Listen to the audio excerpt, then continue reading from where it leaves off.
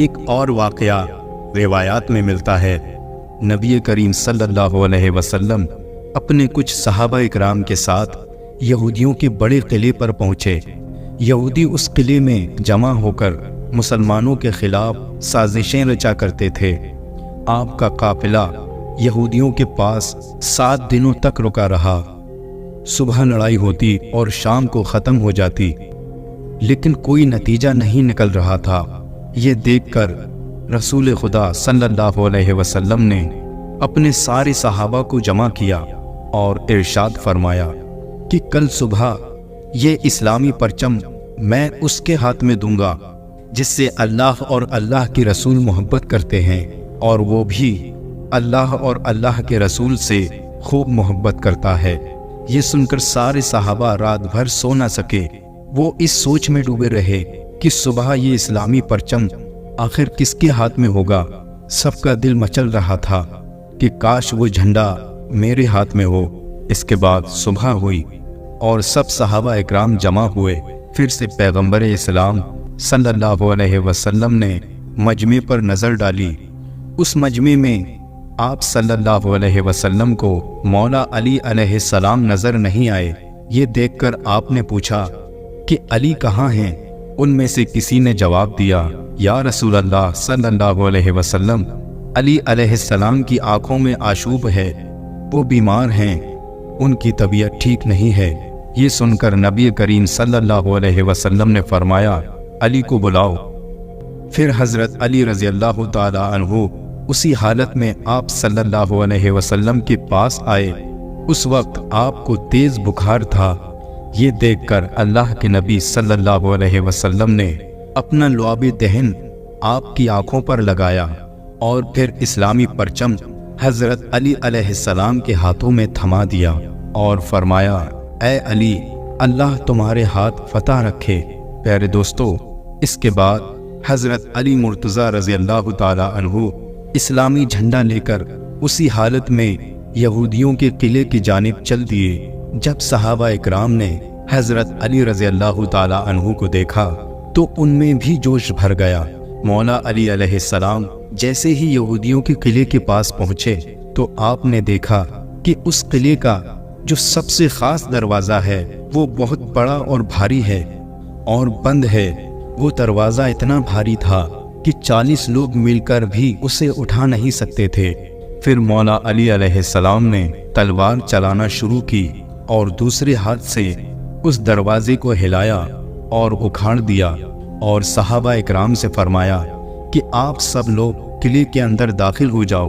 اور آپ علیہ السلام نے اس بھاری بھرکم دروازے کو اس وقت تک اٹھائے رکھا جب تک کہ تقریباً 600 صحابہ قلعے کے اندر داخل نہ ہو گئے۔ پھر جب تمام صحابہ اکرام داخل ہو گئے تو مولا علی علیہ السلام نے اس دروازے کو اتنی دور پھینکا کہ وہ کئی گز دور جا کر گرا، اور اس کے ساتھ ہی مسلمانوں نے وہ قلعہ فتح کر لیا۔ پیارے دوستو، یہ تھی طاقت مولا کائنات حضرت علی علیہ السلام کی۔ پیارے دوستو، ایک مرتبہ حضرت علی رضی اللہ تعالی عنہ تشریف فرما تھے کہ تبھی ایک شخص آپ کی خدمت میں حاضر ہوا اور عرض کرنے لگا، مولا علی علیہ السلام، میں سفر کا ارادہ رکھتا ہوں مگر میرا راستہ بڑا ہی خطرناک ہے، مجھے شیر اور جنگلی جانوروں کا ڈر ہے، یا علی مجھے بتائیں میں کیا کروں۔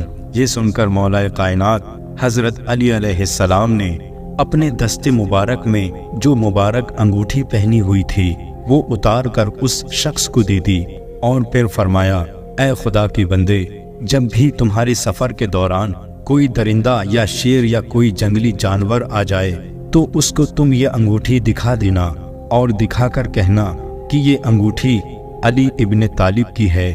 اس شخص نے جیسے ہی اس انگوٹھی کو دیکھا اس نے وہ انگوٹھی لے لی۔ اس کے بعد وہ شخص وہ انگوٹھی کو لے کر سفر پر روانہ ہو گیا۔ اس کے بعد جس راستے سے وہ جانے والا تھا اس میں ایک جنگل پڑتا تھا۔ سفر کے دوران جب اس کا گزر اس جنگل سے ہوا تو اچانک اس کے سامنے ایک خطرناک شیر آ گیا۔ جیسے ہی اس شخص نے شیر کو دیکھا تو وہ گھبرا گیا، لیکن پھر اسے مولا علی علیہ السلام کی وہ بات یاد آ گئی اور اس نے وہ انگوٹھی نکال لی اور اس مبارک انگوٹھی کو نکال کر اس شیر کے سامنے کر دی، اور وہ شخص کہنے لگا کہ یہ انگوٹھی امیر المومنین مولا کائنات حضرت سیدنا علی مرتضیٰ رضی اللہ تعالی عنہ کی ہے۔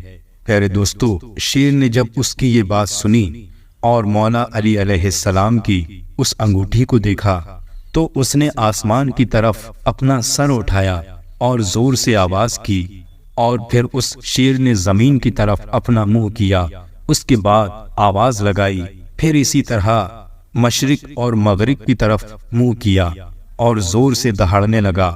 اس کے بعد وہ شیر دوڑتا ہوا جنگل کی طرف چلا گیا۔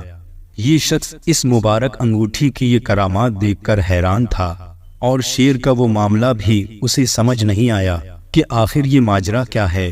شیر نے دائیں اور بائیں، اوپر اور نیچے منہ کر کے آواز کیوں لگائی، اور وہ اس مبارک انگوٹھی کو دیکھ کر بھاگ کیوں گیا؟ لیکن اس شخص کو سفر پر بھی جانا تھا، لہذا وہ سفر پر آگے بڑھ گیا۔